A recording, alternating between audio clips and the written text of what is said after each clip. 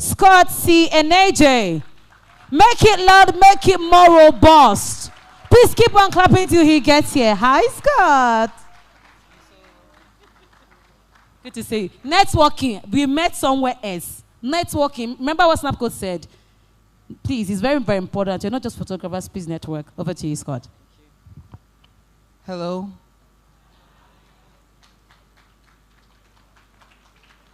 Thank you. All protocols duly observed. Even after saying that, Uncle Kola, it's nice to see you. Mr. Magic, thank you for having me. And everyone here, good afternoon. The last time I stood in front of creatives like this to talk tech and numbers, I was told that I was extremely boring. So I'm going to try to not be boring today by telling a story. Is that okay? So, several years ago, I told my parents I wanted to be a robotical scientist. How I showed it was by putting together tin cans, removing the magnets in my father's radio. That didn't end well. And fixing together a chip from a... Do you guys remember that spinner thing old folks used to have? I don't think it's a radio, but everyone had it. I think it was supposed to manage sound. I took out the chip, and I built my very first robot. At the time, Tinubu was the governor of the state, of Lagos State. And it was so exciting when I finally had the opportunity. The school I was in, we got the opportunity to meet the governor. And my life changed when he said, "This is brilliant, we should keep doing this." When I first told my parents, it didn't go well. When I took my father's speaker, it did not go well. When I destroyed his entire tech sets, it didn't go well. When they showed me on LTV,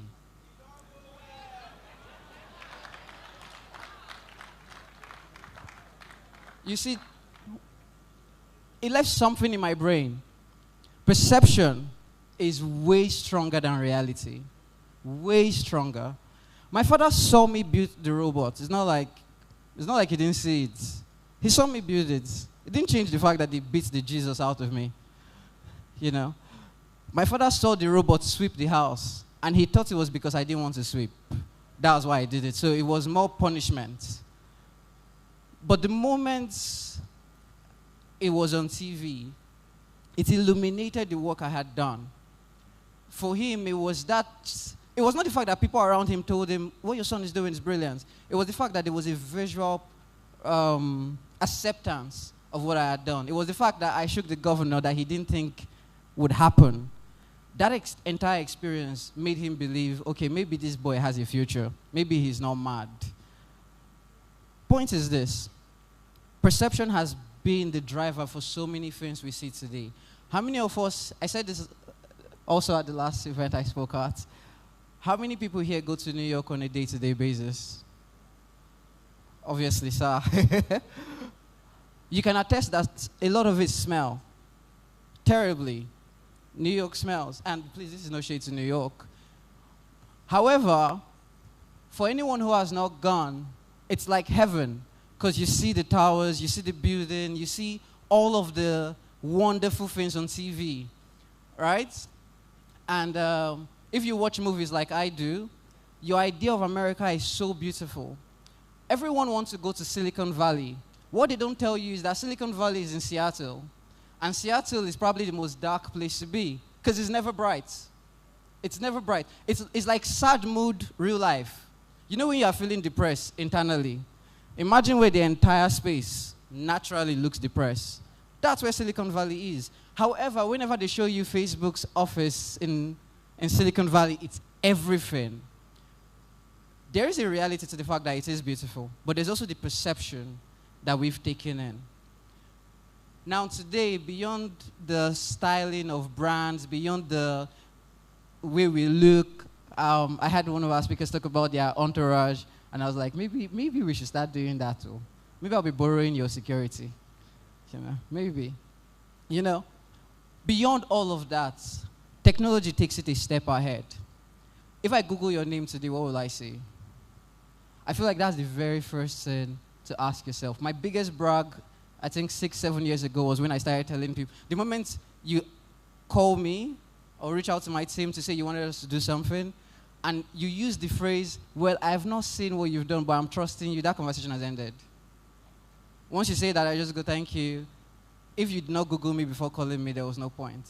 So you Google me first, then come back and say, I know who I'm talking to. But here's the gist, though. Everything on Google, at the time, I wrote it myself.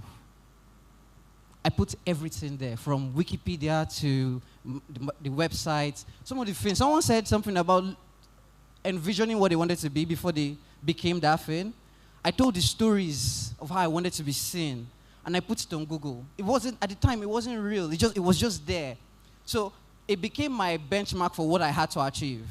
So everything I had written was like you know where you write your vision and you put it in a spreadsheet? I put mine on Google. So the whole world saw it first.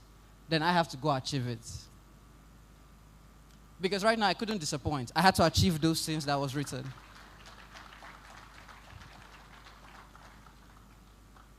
The point of what I'm saying is, it used to be really hard to create the right perception. You had to buy a very fancy car. You had to get a very fancy house. You had to, know the president, shake the governor. But these days, you could put everything online, easy peasy. And that's what technology has done for us. So, speaking on how technology shapes clients' experience, the very first thing is perception. So, help me move to the third slide. The third, the one right after my fine face.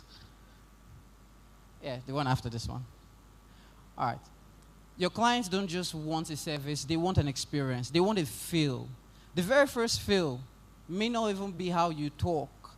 It will be what they see of you on the internet. When they check your Instagram page, don't check my own.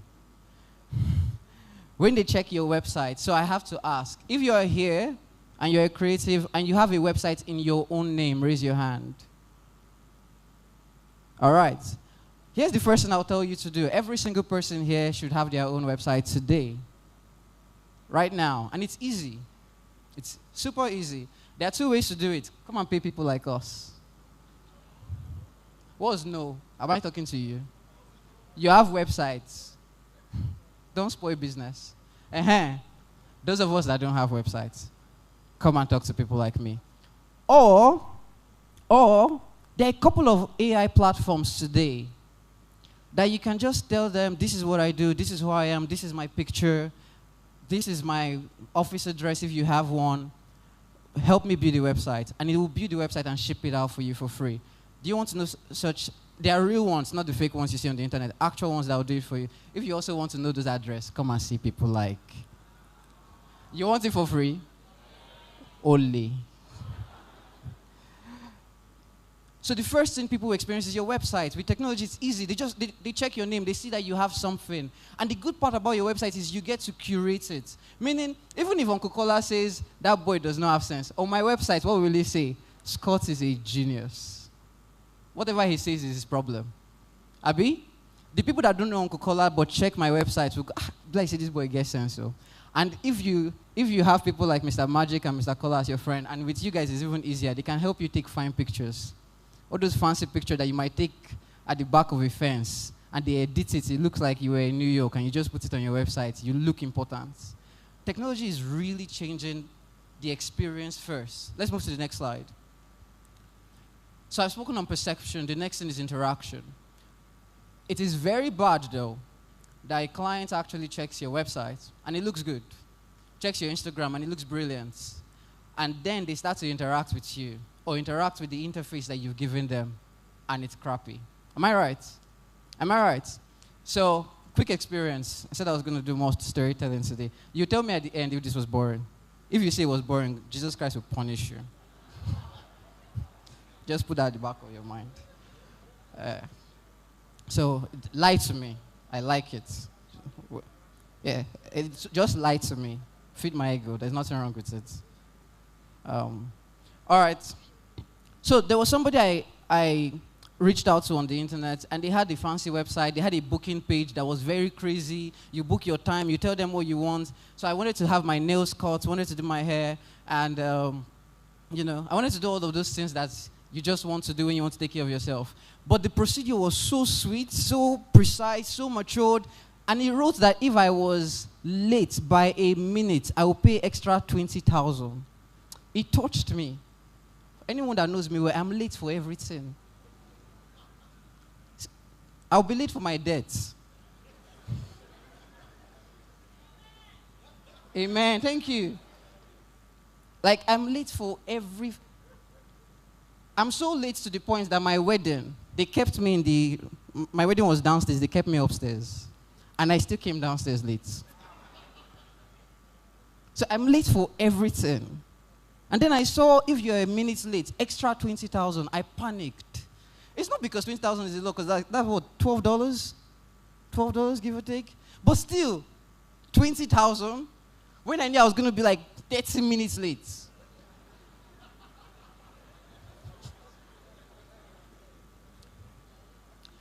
So the funny thing is, I wasn't deterred by that. I felt like these guys are good. Man, these guys are principled. It means they were on, the hype was so much. And then I got to the space, fancy building, neon lights. Personally, I hate neon lights in offices, but then neon lights, and it was okay. And then I went in, and the first person I saw said, "And so, Oga, who you defined?" I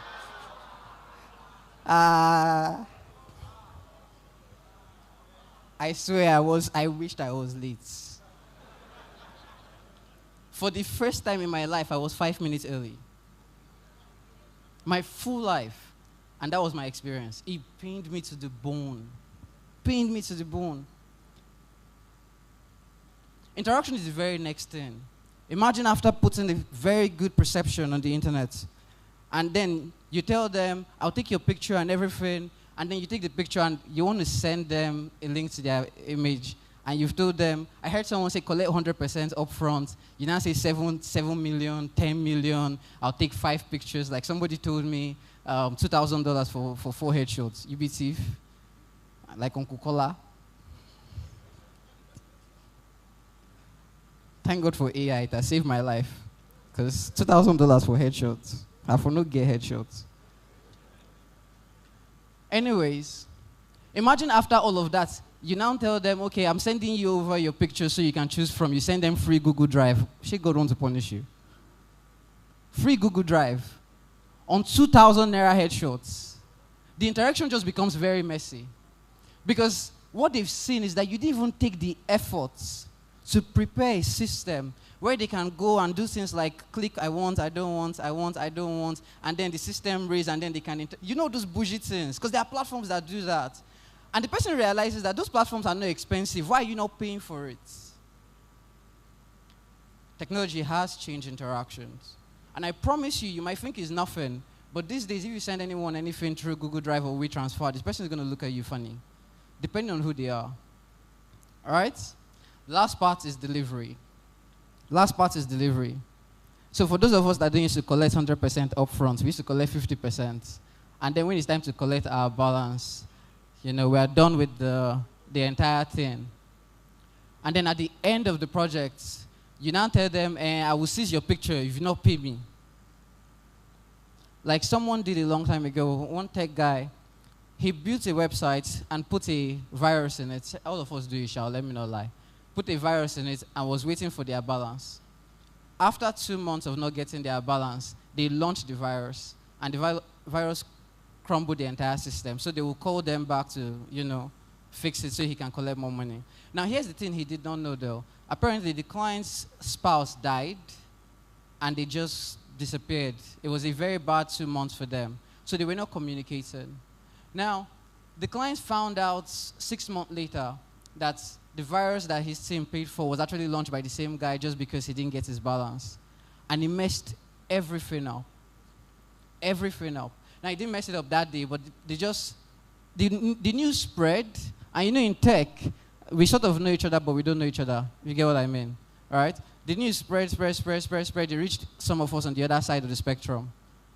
And all of us only had that one perception of, so person die, you launch virus. Which kind of person you be? That was the version that we all got. The truth is, again, technology is also impacting how delivery would look. There's the utilization of technology, but there's also what the technology does. My entire objective in today's talk is to get us to see that the tech exists. How we use them and uses them is critical. In fact, it's no longer optional. Our lives depend on it. Our businesses depend on it. There is the gimmick of will AI replace you or not replace you. Before that time, even the tab safe, how are you using it? All right, next slide. I've heard a lot of people talk about systems today, so I'm gonna spend less time on this, but just read what's written. When systems are broken, experiences suffer. When systems are thoughtful, experiences improve. This is simple. The statement is quite clear. As long as you put systems in place, everyone is happy. You tell them, okay, let's have an onboarding call. There's something I think I do, right? When you come to my team, we'll have a conversation. We'll talk about everything.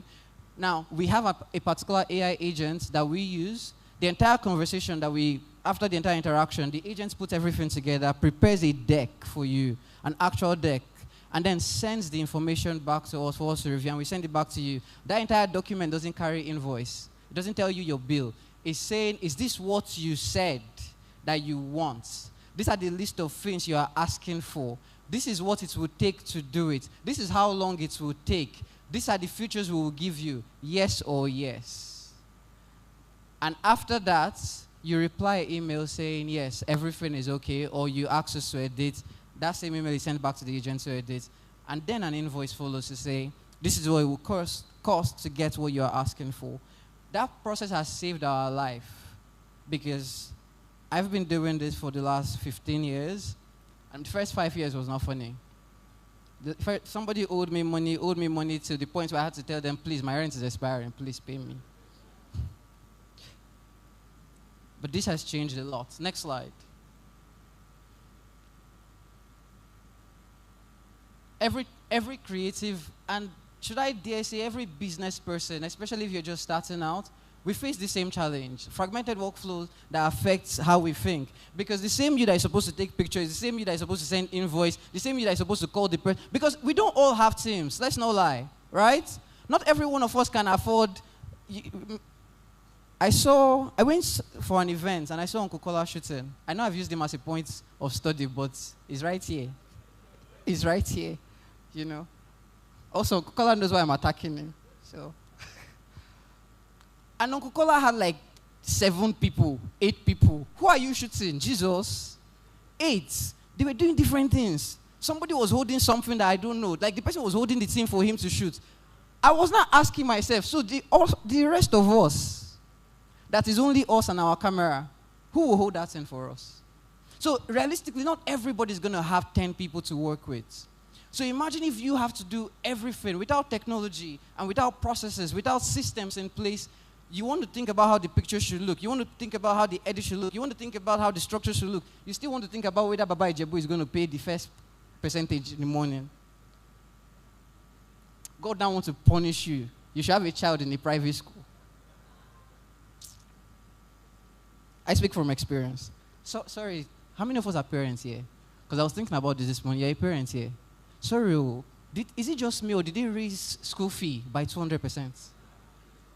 They did, Abby? So it's not just the school where, okay. I just wanted to be sure. And apparently, these people, their school fee is more than university. Eh. If you have more than 2, don't born again. No.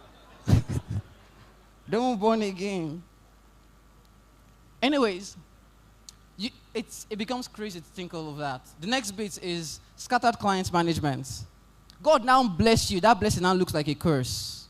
Where there are 6 people, they book you on the 5th, on the 6th, on the 7th, on the 8th, on the 9th, on the 10th. And then you're like, I'm always booked, but you're running mad. Say, I'm booked, I'm busy. No, you're booked and dying. You know.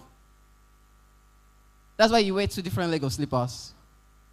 I heard Mr. Magic say, he was speaking somewhere, and then he was saying, photographer, stop wearing slippers. I was like, you don't know what they're going through, that's why. Sure, you came down from Lexus. Enter Keke.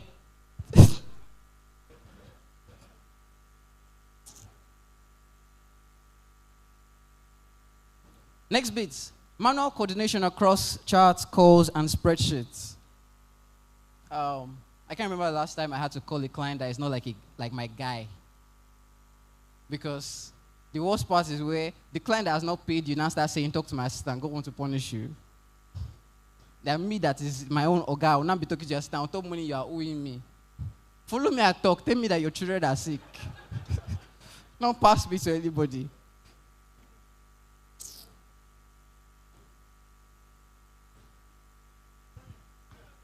Thank you.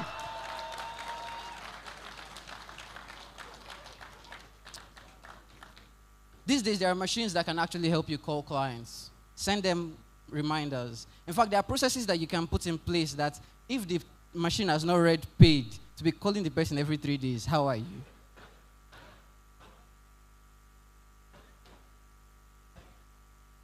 All right. You don't know that such a system exists? I'll show you one. I'll show you one. Don't worry. Inconsistent bookings and inquiries.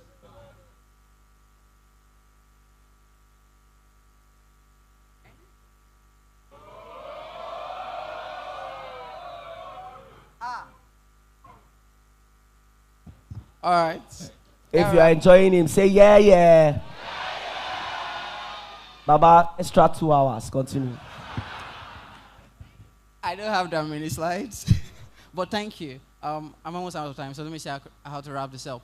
Inconsistent bookings and requires. I think I've talked about that. The instability to get your bookings at the right time, and that happens to a bunch of us. All right, that happens to a bunch of us. I have this particular agent that my team built that is sync across calendars. So my personal calendar, my work calendar, my other calendar, the other calendar that I'm using for one company that I don't know that I have work calendar, they are all synced. So that if my boss in the other company say we have a 3 o'clock, I will just show busy. Now, it might be that I have a job with Mr. Magic, and that place is right busy going to pick up his child. So that everything is balanced. If you see that I have work somewhere else, it's trouble. I don't have work somewhere else. I'll play. Now, all of these things are synced just so that it's easy for me to manage my bookings. And I don't get multiple bookings. And I don't have to run mad because madness is inherent. Apparently, 2 of my uncles ran mad, so dodging it like a bullet.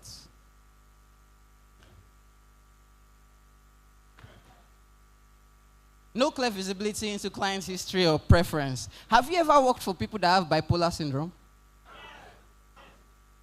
Yeah? Do you know we actually built an agent that when it talks to clients, as it's talking to them, it uses the vibration of their tone and how they respond to determine their state of mind and tell us the sentiment so that we can see this person, they mad. I'm not even joking. We actually built that so that we will know up front. So like, if the client is $500,000 client and is mad, welcome your madness. But if it's like $10,000 clients with madness, oh God, they go. Because you cannot buy a car with $10,000 again, you know. Any money that cannot solve a problem, like the road in Lagos, it's not money. So the point is, being able to even see your client's history, technology has done that for you. And the good part is there's Google, there's Instagram, there's TikTok. Now, a client calls you and you just go on TikTok and see that the client has dragged like 4 other people before you. Will you collect the clients? No. No. Thanks to who? Technology. Next slide, please. Next slide. So, why am I saying this? This is something that I think HR companies do, and businesses have to do it, and we do it. So, the same way we expect you to Google us before you reach out to us, we too want to Google you. Let's know who you are. And we have people in our team that research our clients up front. Tell us who they are. Come back and tell us that this person is mad. We have our machine that when it calls, it does the same thing. Tell us that this person is mad. Tell us that this person is okay. Tell us that this person have money. You know, especially like maybe the client is reaching out to you saying, I'm going to change your life. Find out the last time the person entered KK. We will know whether you... Sorry. I'm actually very humble naturally. I'm a very humble person. Next slide. This one quiz fast forwarding though. All right, let's come to this slide. All right, clear experience is a differentiator. No, don't worry. No. Go back to the other one. Yeah. The opportunities that technology creates, clear and professional impression, faster response and booking cycle, I've explained this, predictable communication and delivery, stronger trust before, during, and after engagement. There's a way technology packages you to solidify your entire process, the things you do, makes you look bigger and larger than life. Yes or yes? Right? And you can utilize that to your advantage. But please, just because I've said that doesn't mean the tech process is good, your real life process is bad. Though. Okay? Imagine after you do all this system, if you take picture, my picture now look like obituary for birthday. So, all right, next slide. Right, so this is supposed to be my case study, and I probably will wrap up after this and hopefully share the slides so that we can all have a list of it. All of the things I've said technology can do for you. Apparently, there's a platform who also is the sponsor for today's event that does it, photo shoots. So here's what we are all going to do, all right? Everybody bring out your phone. Bring out your phone, bring out your phone. If you know your phone is not good, hide it, hide it, hide it. Don't worry, I'm not talking to you. The rest of anybody that does not bring out phone next to you, his phone is not good. Just know. Uncle Kola, where's your phone? Okay, tab. Okay. All right, I see all these other people bringing our phone. Oh yeah, go to browser. Do it now. You obedience it's you know. This is how people will not make heaven. You don't know whether this is God talking. All right, so go to photoshoot.com. Photoshoot.com actually has a free tier that allows you to explore a lot of the things I just explained. From managing the pictures, to managing your clients, to managing the... First, they did not pay me to say this, no. It's just that the platform does it. I can assure you of that because we built it. The platform does it. It's not ours. It's an international platform with a lot of local headings in it. Focus specifically on the African market, how we think, how we manage our customers. And the best part is when I talked about artificial intelligence for interaction, it also has it in there. So I want everyone to sign up, create an account, and see everything that PhotoSuits can do for you. See how you can best manage your system, how you can best manage your clients, how you can best send them your files without having to use Google. And the best part, you don't have to store your stuff in a server that doesn't belong to our ecospace or our ecosystem. And also, it's far more affordable than you can imagine. So affordable, actually. But again, it was built for the African market. It was built specifically for the African market. And my biggest joy is that the technology that was used and the technologists that built it are Africans. And if you are thinking, what do these people know? Africans don't build anything successful. I want you to also hear this. And I've said it before as a brag, that the very first ever live stream shopping platform that was built and launched in the United States, the very first live shopping event, streaming shopping event that was done in New York, that ran from 10 a.m. Eastern Time to 10 p.m. Eastern Time, was built by 4 boys in Lagos here, and I was one of them. So I know for a fact that when we build right. We just have to use it right. And so much will change. With that, I've come to the end of my presentation. I hope that we've learned something. And I look forward to the next time that we talk about technology. Thank you very much.